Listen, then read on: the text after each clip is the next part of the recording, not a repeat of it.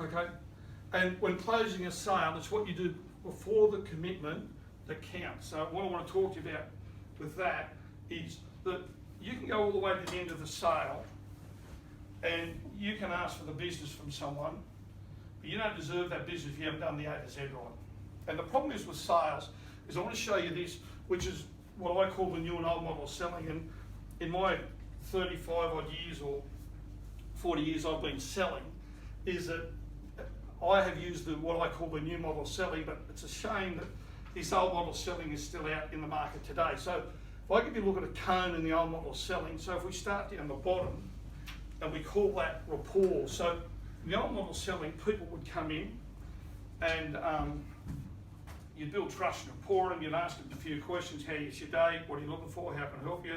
And you ask just basic, ordinary questions, trying to build rapport with the customer, and that would be about 10% of your sale process.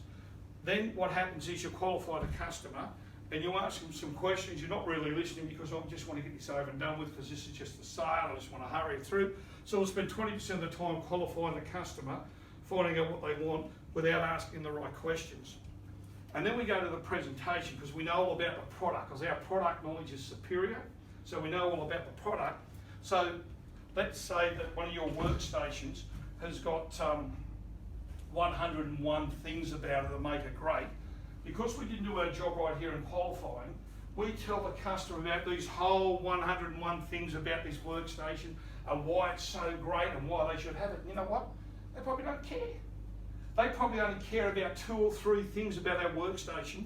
And if you'd asked the right questions here, you'd have found out what they were. And there's 2 or 3 things we call the dominant buying motive. And if you can find out what their dominant buying motives are, it makes your sale process so much easier.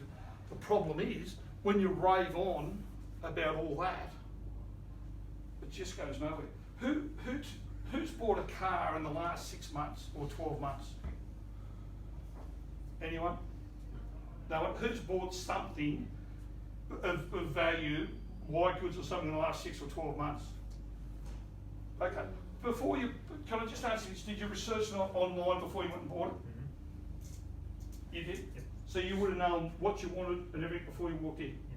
So do you think the customer today, when they go to buy a workstation, whether it be from High Drive or whatever, do you think they've done their research and they know what they want in their workstation? Okay. So why do we need to tell them about 101 things? If we ask the right questions, we can find out. The salesperson, and I don't want to know the goods or whatever, but on what you went to buy, did the salesperson ask you the questions about what you wanted, or do you go in and rave on about the whole 101 things? No, I went in to have a look at it, and no one served me. I went out again and searched online. There you go. And we'll talk about that as we go through this. Okay, so that's a presentation, and we spend 30% of our time on the presentation. Then when we do all that, because we think we're great, because we've told the customer about these 101 things about our goods, then we go in for this big thing called the big close. Okay? We spend 40% of our time trying to crunch the customer on getting their business. Okay? And it's just, you know, we just built them up, we want their business, and we harassing them on the phone about what we can do. And I know that in the old days, and we've always heard about always be closing, and that's all good, but today, the closing's got to drop and it becomes always be caring. If you're caring for your customer and you've spent enough time building trust and rapport and doing all that right, the close changes.